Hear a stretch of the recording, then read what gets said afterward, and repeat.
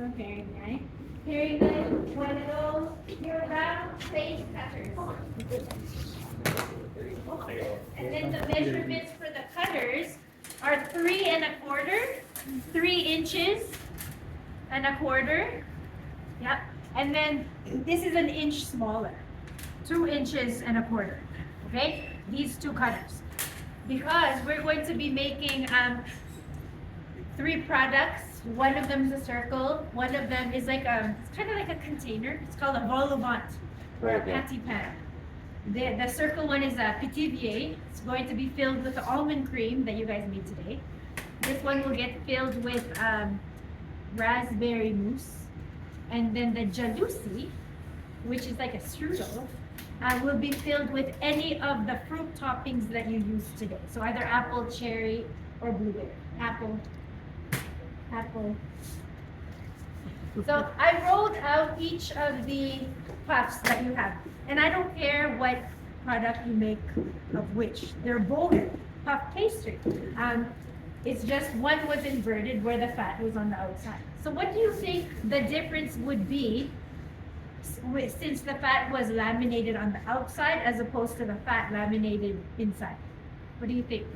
Knowing how dough behaves. What's that? A little bit denser compared to the other one? Maybe that's flaky. Not so much denser. Think about how gluten behaves. It's like stretchy, right? The gluten was on the outside here, but the gluten was on the inside here. This was like protected with like a thing of fat, a layer of fat, whereas this one was not. The fat was on the inside. So what do you think? Think it's like here? This one has a lot more fat content. So yes, the more fat, the flakier it is, right? So yes, it would be flakier. It has Would be the stretchiness of gluten. smoother, and it's gonna be. It did feel smoother. I don't know about you guys, but this felt a lot smoother. I kind of prefer this. So the theory is, because gluten is stretchy and it's on the outside, you can get more warping, right? Because you stretch it and the gluten, and if you don't let it relax, that's why I'm always like, let it rest, let it rest. There's a lot of tension that's held in the gluten so that there could be more warping, especially if you don't let it relax. This one, the fat is on the outside, so there isn't going to be as much tension on the outside. So theoretically, this will be less warping in the end. I think the biggest challenge is if the fat is too warm, then your lamination is going to be terrible. So cold, cold, cold, right? But I like to work with inverted. It's good, but the classic is, so whatever. I don't care what you do. But we're going to, you'll notice that we rolled it out quite thick because the thick parts are going to be the tops of the products that we'll be making. Okay, and then all the scrap dough, anything left over from here, we're going to make for the bottoms. So right now we're only going to focus on the top because the tops of these products have to be nice and tall. I want it to be nice and tall. So it makes sense that I'm cutting it from virgin dough, dough that hasn't been touched, right? Dough that didn't get stuck in the machine, dough that hopefully I made beautiful layers of because I want it to rise. Especially this product where I'm going to be putting a filling in it.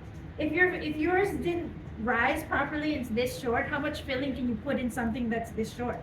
Whereas if your product rises this tall, you can put a lot of filling inside, right? So ideally, this is what we want to create, nice tall things. But you could see with our cream horns, we rolled it out really, really skinny and we docked it like mad. I didn't care about the rise of that because I'm going to be forming it into something else, right? For the bottoms, you don't care about the rise because it's going to be the bottom. So always remember, if you're cutting out something that requires to have a really beautiful rise, then you cut it from the virgin dough. The virgin dough, never been cut before. So I'm going to do my inverted with my little cutters, and then with these. So we'll deal with this first. I'll just set this aside for now. What is a virgin dough? Actually, I'll do it That on here. it hasn't been cut, it hasn't been I'm going reversed. to Sometimes omit we, this. we take the scraps and we roll it again and we Going to cut it put a for the pie. parchment here. Okay. So we're only This one cutting has to be the pieces first time today. that you Okay, you guys exchange it later. will assemble next week. I'm going to use, this is not a cutter. This is a cake rake. So it's another test question actually. When you're cutting puff pastry, you want a clean cut. because of all those layers. If I were to use this as a cutter and just press it down, all those layers will get compressed. So when I bake it, it might not rise as nice as if it gets a clean cut. So this one is a knife. It was meant for cutting. I'm just using this cake ring as a guide. I mean, if this cake ring was nice and sharp, then I would use it as a cutter, but it's not, and I don't want to destroy my layers. So I'm going to use a knife, the proper tool, to cut. You want to cut it. You don't want to squash the layers together. We're making 3 Pithivier, almond Pithivier. Everyone say Pithivier. Pithivier. Pithivier. Pithivier. Yeah. So you're going to be using the terminology, right? Don't say that round thingy. The Pithivier. Where are the tops for the Pithivier? How did it spell Pithivier? Pithivier. Pithivier. Pithivier.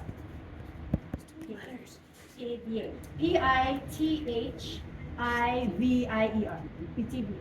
Okay, so 3 of those, and then just put it. Meaning? And notice how I'm Meaning what? handling it. I'm not squashing the edges, Pithivier? right? And it's nice and cold. Pithivier. Meaning Okay, what? I'll put, actually, I put What's it. the meaning? French. Put that there, and then I'm going to do the tops of the vol au vent. So let's do 8 of these. So this is a cutter, right? This is actually meant for cutting, so I can just press. But I only want the ring. I don't want the center. So like that. Okay, this becomes scrap. I want 8 of these guys. Do 1 more. Do 1 over here. Actually, you know what I'll do? Oops. I'll do 4 from inverted, and then I'll do 4 from classic, so that we can see a difference. Yes. If there's a difference, right? Do 4 there, and I'll punch out the bottoms too. Make sure you're cutting out the centers. It's centered, situated right in the center, not off center. So these are the tops now, okay? And then you're going to do 2 Jalousie. The Jalousie is 15 by 5. Okay? So I'll have a ruler. I'm going to, this is 16, well over 16. Awesome. I'll have extra, which is great. And then by 5. And I said I was going to do 1 from inverted and 1 from classic. If it all fits on one dough for you guys, do it. But if you want to see the difference, maybe do 1 from each. So quickly show you this. So that is 5 and then 15. Oops.